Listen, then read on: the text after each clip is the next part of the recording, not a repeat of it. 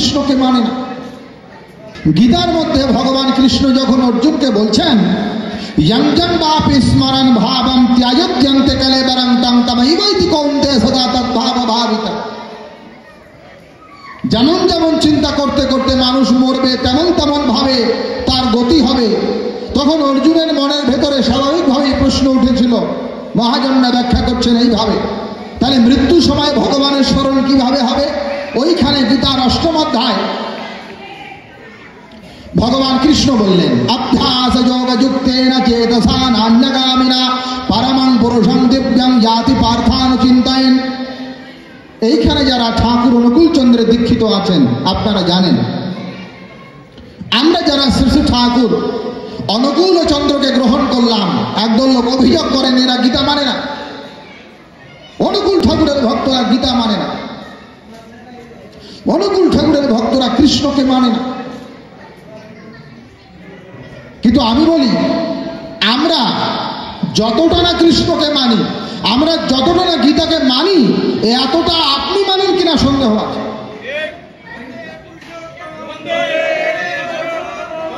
বলে কেমন কথা, আপনারা আবার গীতা মানেন কি করে? আপনারা গীতা কোন দিন মানলেন? এইবার শুনুন, গীতা মানার অর্থ কি? গীতা মানার অর্থ এটা নয় যে বাড়িতে গীতা রেখে প্রতিদিন তুলসী পাতা আর চন্দন দিয়ে গীতার উপরে প্রণাম করা, এটা নয়। গীতা মানার অর্থই হলো গীতায় বলা যা যা আছে, গীতায় যা যা নির্দেশ দেওয়া আছে, গীতায় যেমন যেমন বিধান দেওয়া আছে, তেমন তেমন বিধানকে মানাই হলো প্রকৃত গীতা মানা।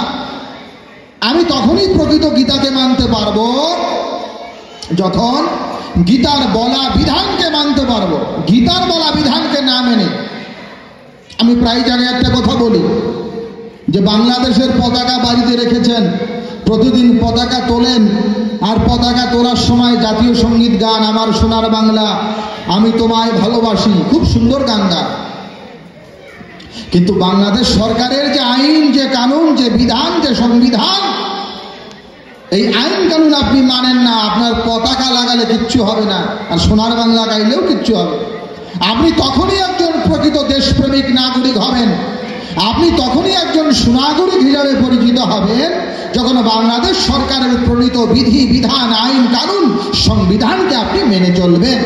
ঠিক তেমনি ভগবান কৃষ্ণের মুখনিসৃত শ্রীমদ্ ভগবদ গীতায় যেমন যেমন পদ্ধতি বিধান বলা আছে, ওই ওই পদ্ধতিকে অনুশীলন করে যদি আমি ঠিকঠাক চলি, তবেই আমি কৃষ্ণ ভক্ত হতে পারবো, তবেই আমার গীতা মানা হবে। এইবার বলেন গীতায় কি আছে দেখেন। ভগবান গীতায় বলছেন সাধনা করতে হবে,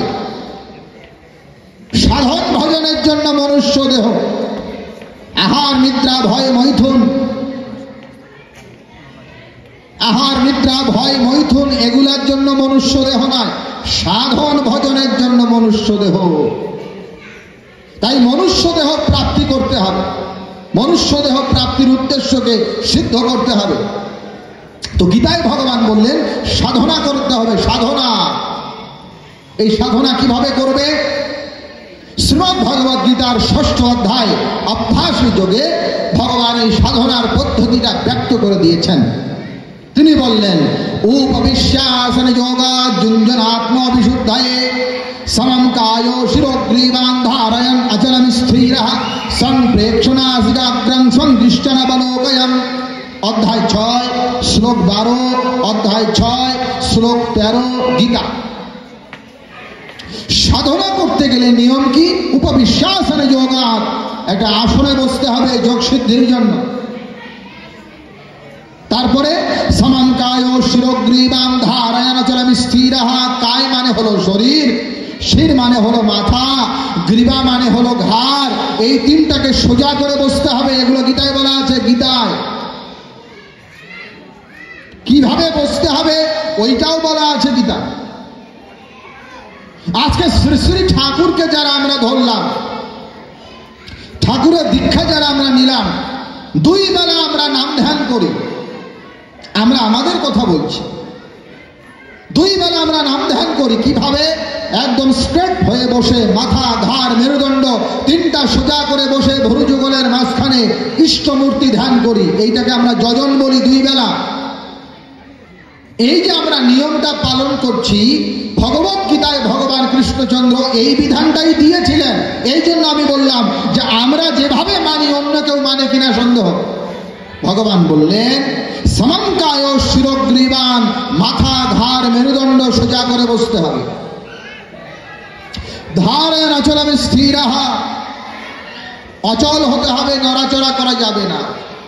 আবার গীতার 5ম অধ্যায় কর্ম সন্ন্যাসী যোগ যদি পড়েন, সেখানেও ভগবান এই কথাই বললেন, স্পর্শান কৃত্বা বহির্বাজ্যাশ্চক্ষুশ্চৈবান্তরিভ্রুব প্রাণপানৌ সমৌ কৃত্বা নাসভ্যন্তরচারিণৌ यतेन्द्रियमनबुद्धिर्मुनिर्मोक्षपरायण विगतच्छा भयक्रोधः यः सदा मुक्त एव सा। 5ম অধ্যায় কর্ম সন্ন্যাস যোগ গীতা।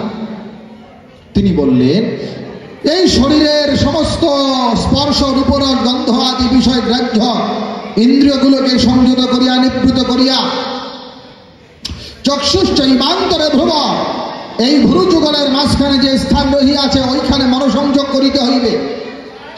আবার গীতার 8ম অধ্যায় অক্ষর ব্রহ্মযোগে ভগবান কৃষ্ণ বললেন সর্বদ্বারাণি সংযম্যম মনোরিধিরুদ্ধচ মূর্ধ্যাত্মন প্রাণমস্থিত যোগধারণম। শরীরের 9টি দরজাকে নিয়ন্ত্রণ করিয়া সংযত করিয়া ভুরু যুগলের মাঝখানে মনকে সংযোগ করতে হবে। আরো শোনেন, আমি কেন এই কথাগুলো বলছি। সন্ধ্যা আমরা সবাই করি, প্রত্যেকটা আস্তিক হিন্দু যারা মন্ত্র নিয়েছে, গুরু মন্ত্র নিয়েছে, প্রত্যেকেই সন্ধ্যা করে। কিন্তু এই সন্ধ্যা করার কিছু নিয়ম আছে। কোথায় সন্ধ্যা করতে হবে, কোন জায়গায় সন্ধ্যা করতে হবে, আমাদের শাস্ত্রে সব বলে দেওয়া আছে। একটা উপনিষদ আছে, জাবাল উপনিষদ, সেইখানে বলা হলো এই শরীরের ভেতরে একটা জায়গা আছে, ওই জায়গায় বসে সন্ধ্যা করতে হয়। আমাদের বেদে বলছে, ওখানে বলল প্রবার ঘ্রাণস্য যহ সন্ধি সাহেশ দৌর্লকস্য পরস্য সন্ধির ভবতীতি এতদ বৈ সন্ধিং সন্ধান ব্রহ্মবিদ উপাসতে। এই ভুরু যুগলের মাঝখানে আর নাক যেখানে শুরু হইয়াছে, এই দুইটার যেখানে মিলিত, অর্থাৎ এই ভুরু যুগলের মাঝখানের অবস্থান আর নাক যেখানে শুরু হয়েছে, এই দুইটা জায়গার যে সন্ধি স্থল, মিলিত স্থল রয়েছে, ওইখানে সন্ধ্যা করিবে। এটা বেদের নির্দেশ, জাবাল উপনিষদ। গীতাতেও এই কথা বলল, মূর্ধ্যাধাম প্রাণমস্থিত যোগধারণম, ভুরু যুগলের মাঝখানে মনকে নিয়ন্ত্রিত করিয়া যোগ ধ্যান করিবে, সন্ধ্যা করিবে, সাধন করিবে। বেদ উপনিষদ গীতাতে বারংবার এই কথাগুলো বলা হয়েছিল। কিন্তু আমরা কি করলাম, আমরা গীতা রাখলাম, গীতা পড়লাম, শ্রীকৃষ্ণের ছবি রাখলাম, বেদ রাখলাম, উপনিষদ রাখলাম, কিন্তু যেভাবে ভগবান বসতে বললেন ওইভাবে বসলাম না, যেখানে ভগবান মনকে রাখতে বললেন সেইখানে রাখলাম না। তাহলে কি করে ভক্ত হলাম? শ্রী শ্রী ঠাকুরকে ধরে আমরা শিখলাম এইভাবে বসতে হয়, শ্রী শ্রী ঠাকুরকে ধরে আমরা শিখলাম এইভাবে জপ করতে হয়, এইভাবে নাম করতে হয়। কাজেই ঠাকুরকে ধরলে, ঠাকুরকে মানলে গীতাকে মানা হয়, ঠাকুরকে ধরলে, ঠাকুরকে মানলে শ্রীকৃষ্ণকেই মানা হয়। যারা ঠাকুরের বিধানকে মানে তারা শ্রীকৃষ্ণের বিধানকে শক্ত করে মানে, যারা ঠাকুরের আদেশকে পালন করে তারাই শ্রীমদ্ ভগবত গীতাকে শক্ত করে মানে। এতে সন্দেহের কোনো অবকাশ নেই। গীতাতে ভগবান আরেকটি কথা বললেন 3য় অধ্যায়ের 12 নম্বর শ্লোকে। তিনি বলছেন ইষ্টান ভোগান হি বদেবা দাস্যন্ত যজ্ঞ ভাবিতা তৈর দত্তান প্রদায় পজভূতে স্ত্রীনেবস। দেবতার দত্ত বস্তু যারা দেবতাকে নিবেদন না করিয়া খায় উহারা চোর। আবার শ্রীমদ্ ভগবত গীতার 9ম অধ্যায়ে ভগবান কৃষ্ণ বলছেন যৎ করোষি যদস্নাসি যৎ জুহোষি দদাসি যৎ তপস্যসি কৌন্তেয় তৎ কুরু সমাদর্পণম। তুমি যাই করো, হোম করো, খাও আর যজ্ঞ করো, উহা সমস্তই আমাকে অর্পণ করে করবে। অর্থাৎ আমাদের যা কিছু ভোগ্য বস্তু, যা আমরা উপভোগ করি, যা আমরা ব্যবহার করি, সেটা নিবেদন পূর্বক করতে হবে।